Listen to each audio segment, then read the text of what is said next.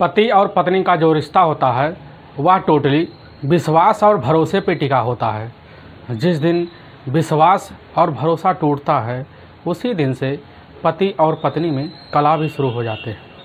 लेकिन इस कलह का कारण जो इनके बन के सामने आता है वह कलह इनके परिवार को भी बर्बाद कर देता है।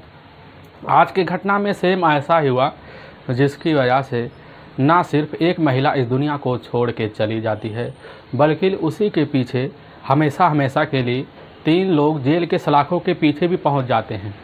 और जब लोगों के सामने कड़ी दर पूरी सच्चाई निकल के आती है तो सुनने के बाद लोग हैरान और परेशान भी हो जाते हैं।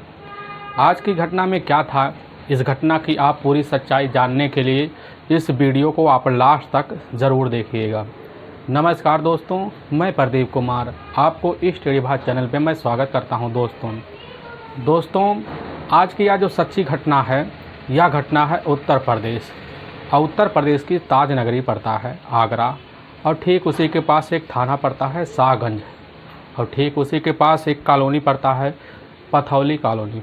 वहीं के रहने वाले होते हैं पुष्कर बघेल, जिसकी उम्र होती है लगभग 28 साल के आसपास, और उनकी पत्नी होती है शिवानी, जिसकी उम्र होती है 21 से 22 साल के आसपास। और उनके घर में ही उनकी माँ साथ में रहती है, जिनका नाम होता है गायत्री देवी। इनका जो परिवार होता है पुष्कर का, यह बहुत छोटा परिवार होता है।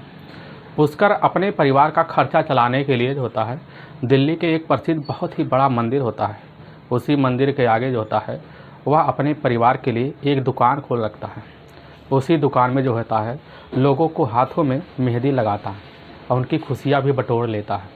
यानी कि पुष्कर को जो ज़िंदगी होता है वह अपने परिवार को खर्चा बर्चा चलाने के लिए जो होता है दुकान के सहारे ही चलता है। धीरे धीरे जो होता है इनका समय काफ़ी अच्छे से जो होता है माहौल भी बन जाता है और समय बीतने लगता है। और पुष्कर जो होता है कभी दिल्ली रुक जाता है तो कभी जो होता है जब मन करता है तो हफ्ते में 1-2 दिन के लिए अपने घर आगरा भी चलाता था। यानी कि आने जाने की भी उसकी पुष्कर की ज़िंदगी काफ़ी अच्छे से चल ही जाती है। और तभी मैं बात कर रहा हूँ 20 नवंबर 2018 का दिन होता है। तो पुष्कर जो होता है वह जो होता है रात को अपनी पत्नी जो होती है वह शिवानी के साथ खा पी के आराम से सो रहा होता है। और जैसे सुबह का टाइम होता है तो पुष्कर का नींद खुलता है। तो नींद खुलते के बाद देखती है कि उसकी जो पत्नी होती है शिवानी उसके चारपाई पर नहीं है। तो पुष्कर सोचने लग जाता है कि हो सकता है वह बाहर चली गई, झाड़ू पोछा लगा रही हो। तो पुष्कर जाके बाहर देखता है तो उसकी पत्नी शिवानी नहीं दिखाई देती है। तो पुष्कर तुरंत ही अपनी माँ गायत्री को आवाज़ लगाता है। उसकी माँ भी आती है, वह तुरंत ही अपनी माँ को शिवानी के बारे में बताता है। तो उसकी माँ जो होती है गायत्री तुरंत ही शिवानी की तलाशी करने लगती है। जब अगल बगल देखती है, दूसरे कमरों में देखती है तो कहीं पर शिवानी का अता पता नहीं चलता है। इसीलिए आस पड़ोस के पास भी जाते हैं लेकिन वहाँ पर भी शिवानी का अता पता नहीं चलता है। इसकी खबर जो होता है 1 घंटे बाद ही पूरे इलाके में फैल भी जाती है। शिवानी के बारे में पूरे गांव में फैलने की वजह से भी शिवानी का कहीं अता पता नहीं चलता है। और पुष्कर का जो ससुराल पड़ता है असिल मोह आगरा के ही, वह पड़ता है सुंदरबन कॉलोनी में। वहीं के रहने वाले होते हैं गंगा सिंह। तुरंत ही अब जो होता है पुष्कर तुरंत ही अपने ही ससुर उस समय गंगा सिंह के पास फ़ोन करता है। उनसे पूछने लग जाता है क्या जो है शिवानी वहाँ पर गई है। तो गंगा सिंह कहने लग जाते हैं क्या बात है बेटा, क्या हुआ, कहीं तो कुछ हो तो नहीं गया।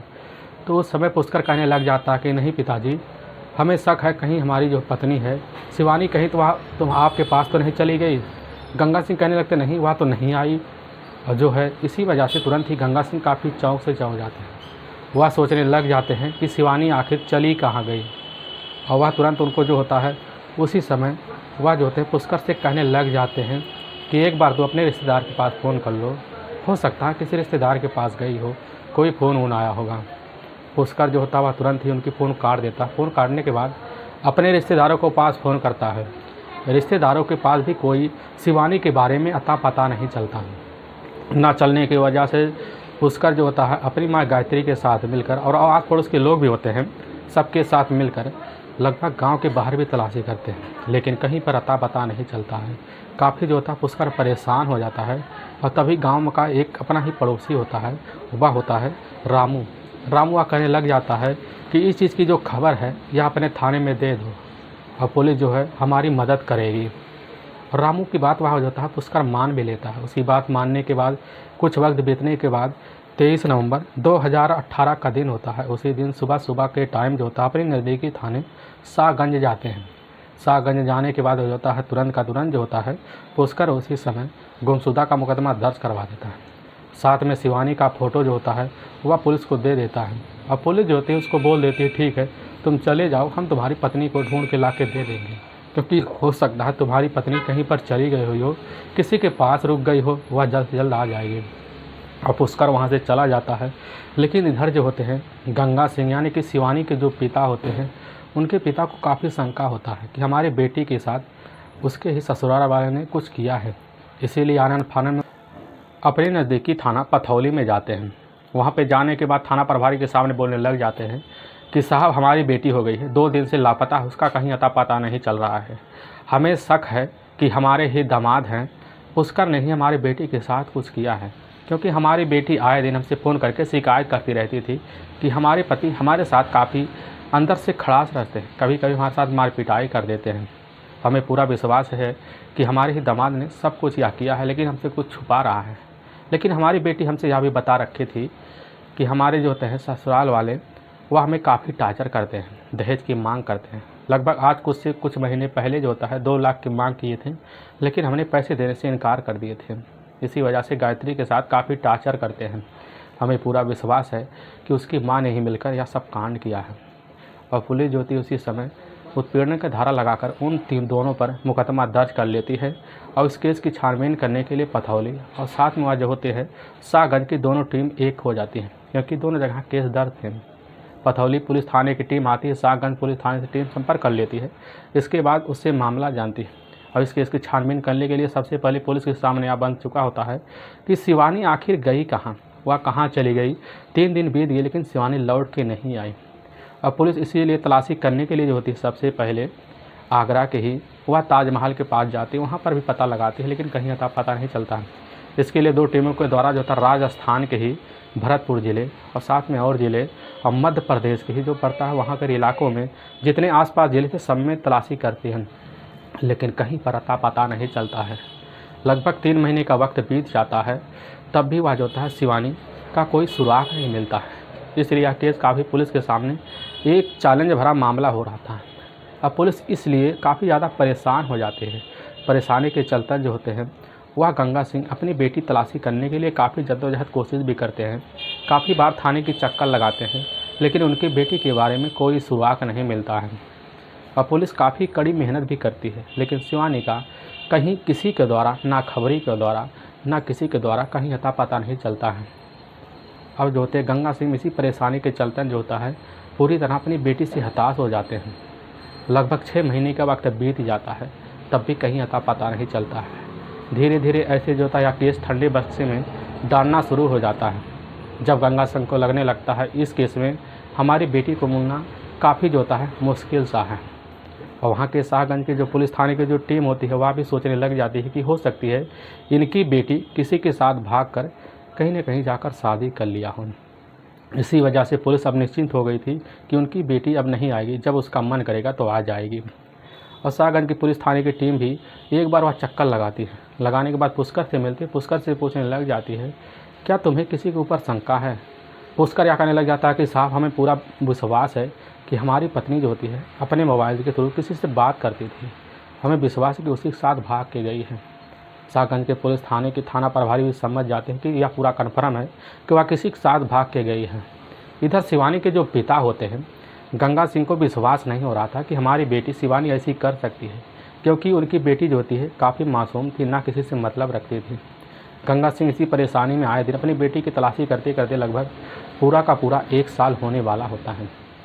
जब 1 साल होने वाला होता है तभी वह जो होते हैं प्रयागराज के ही कोर्ट का सहारा लेते हैं। वहाँ पर जाते हैं, वह याचिका दाखिल करते हैं, लेकिन कोर्ट के जो जज होते हैं तुरंत ही आगरा के ही कोर्ट में इसकी याचिका तुरंत ही रेफ़र कर देते हैं। आगरा के कोर्ट के द्वारा, वहाँ के जज के द्वारा जो होता है अब तुरंत ही शाहगंज के जो एएसएचओ होते हैं उनके पास खबर जाती है तो वह पूरे जो होते हैं एकाएक पूरे उनके रोंगटे भी खड़े हो जाते हैं और इस केस को काफ़ी संज्ञान से लेते हैं। संज्ञान से लेने के बाद 3 टीमों का गठन करते हैं। हर टीम में 2-2 कांस्टेबल होते हैं और उन सबको जो होता है अपने इलाकों में लगा देते हैं, काफ़ी मुखबिर लगाते हैं।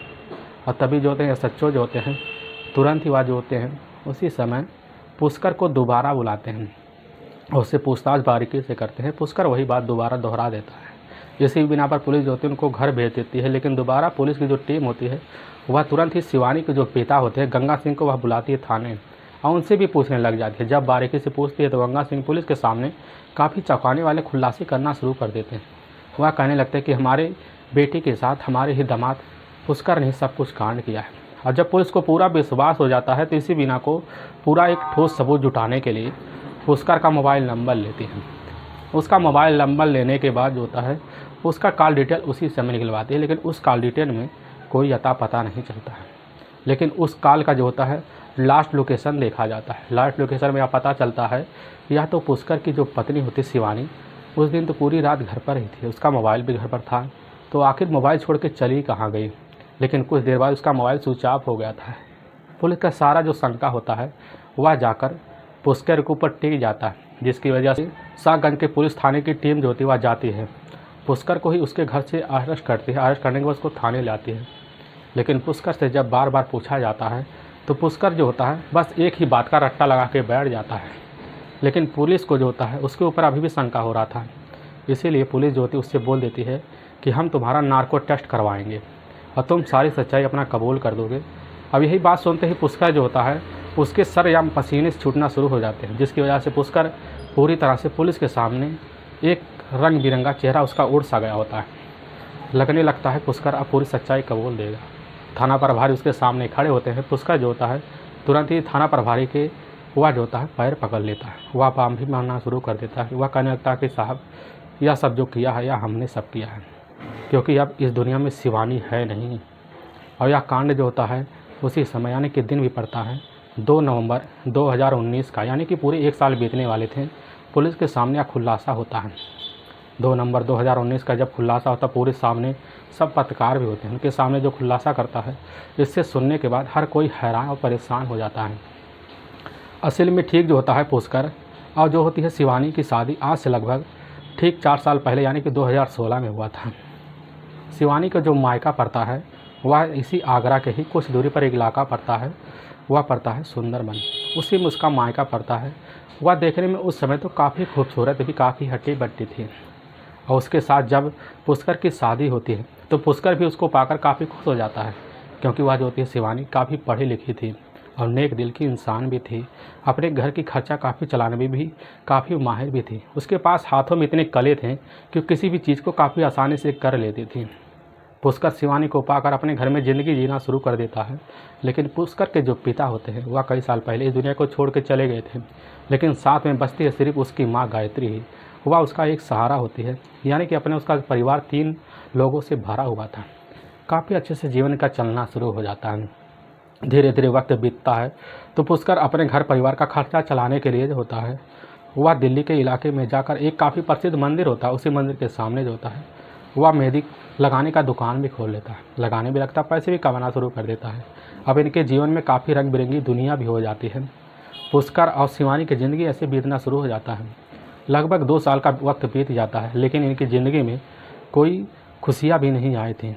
इनके जीवन में बस सिर्फ एक बच्चे की कमी थी, इनकी पूरी नहीं हो पा रही थी, जिसकी वजह से इनकी ज़िंदगी काफ़ी फीकी सी दिख रही थी। अब जो होता है पुष्कर शिवानी से जो होता है काफ़ी चिड़चिड़ापन रहने लगता है। शिवानी को ले जाता है, लगभग बड़े बड़े डॉक्टरों को दिखाता है, तांत्रिक को दिखाता है, लेकिन शिवानी का गोद कभी हरा भरा नहीं होता है। इसीलिए पुष्कर सारा का सारा जो इंजाम होता है वह शिवानी के ऊपर मर देता है। वह कहने लगता है तुम्हारे अंदर बहुत सारी कमियां हैं, तुम ही ने कुछ पहले ही कर बैठी है। लेकिन शिवानी अपने बात पे अड़ जाती है, कहती है कि हम बहुत नेक निकले, हम ऐसा नहीं कर सकते।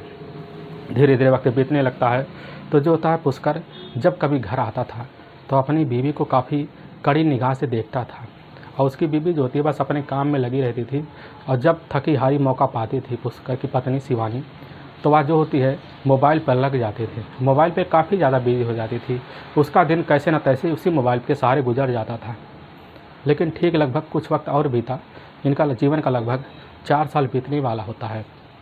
और उसी बीच जो होता है जब कभी पुष्कर अपने घर आता तो अपनी पत्नी को देखता कि वह मोबाइल पर किसी से बात कर रही होती है। उसी बात को लेकर वह उससे जब मना करता तो काफ़ी शिवानी गुस्सा हो जाती। गुस्से के बीच शंका इनके बीच ऐसा जन्म ले लिया कि दोनों के बीच झगड़े तकरार शुरू हो गए। झगड़े तकरार का सिलसिला जो है इतना बढ़ गया कि इनके बीच मार पिटाई भी शुरू हो गया। इसी मार पिटाई के परेशान होकर शिवानी जो होती है अपने पति से काफ़ी तंग सी आ गई। अपने जीवन को काफ़ी कोसने भी लगती है। लेकिन धीरे धीरे वक्त निकल जाता है, ज़िंदगी ऐसे ही चलना लगता है। लेकिन जब शिवानी पुष्कर की बात नहीं मानती तो पुष्कर एक काफ़ी खतरनाक फैसला ले लेता। वह सोचता है कि हमारी ज़िंदगी अब तब सुधरेगी जब हम इस दुनिया को शिवानी को यहाँ से हटा देंगे। इसके लिए जो होता है सबसे पहले जो होता पुष्कर इसकी बात जाकर अपनी माँ गायत्री से बताता है। अपनी माँ को भी शामिल कर लेता। साथ में उसका ही चचेरा भाई होता है जो वह बिद्रा बन के ही इलाके में, वह जिसका नाम होता है सुरेंद्र यादव, वही को उसका सूचना दे देता है। साथ में उसको ही मिला लेता है। तभी वह दिन पड़ता है 20 नवंबर 2018 का दिन होता है। उसी दिन रात का टाइम होता है। उसका जो अपनी पत्नी के साथ सो रहा होता है। उसका तुरंत ही वह सुरेंद्र को फ़ोन करके बुला लेता है। वह भी आता है, कमरे में घुसता है। उसी समय दोनों मिलकर उसके सिर चढ़कर उसकी गला दबा देते हैं, जिसकी वजह से शिवानी की वहीं पर मौत हो जाता है। मौत होने के बाद उसके बॉडी को देखकर वह काफ़ी जो होता है पुष्कर डर से जाता है। उसके आंखों के सामने सिर्फ फंदा दिखाई देता है और इसी से बचने के लिए वह काफ़ी षड्यंत्र भरा काम भी करना शुरू कर देता है। और तुरंत ही अब सुरेंद्र और यह जो होता है पुष्कर दोनों उसके बॉडी को एक जो होता है वह एक चटाई में लपेटते हैं। चटाई में लपेटने के बाद अपनी बाइक पर उसकी बॉडी को रखते हैं रातों रात और तुरंत ही अपने नज़दीकी थाना जो होता है मलपुरा ले जाते हैं। मलपुरा के कुछ ही दूरी पर पड़ता है लेदर पार्क। अब उसी के पास जो होता है ले जाते जंगल देखते हैं। वहीं पर ले जाकर उसके बॉडी को डंप करते हैं।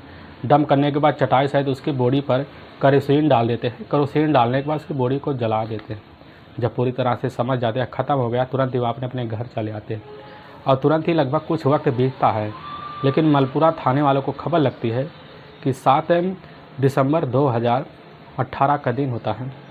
उसी समय पुलिस के कानों में खबर पहुंचती है कि लेदरवाली पार्क में एक जो होता है जली हुई लाश पड़ी है। इसकी खबर पहुंचते ही वहां के पुलिस थाने की टीम उस बॉडी को कब्जे में लेती है। लेकिन जब मलपुरा पुलिस थाने की टीम की इस चीज़ के बारे में कोई सुराग नहीं मिलता तो इसका डीएनए टेस्ट करवा के अपने पास रख लेती है। इसकी बॉडी को अच्छे से देह संस्कार कर दिया जाता है।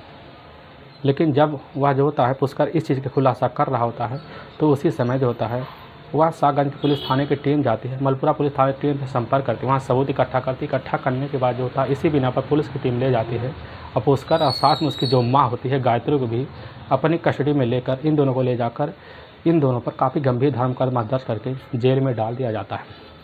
तो दोस्तों, इस घटना का सुनाने का उद्देश्य हमें किसी को परेशान करना नहीं है और ना ही किसी को तकलीफ़ पहुंचाना है। बस आपको यह बताना है कि आप जहां भी रहें आप सुरक्षित रहें और अपनों को भी सावधान करें।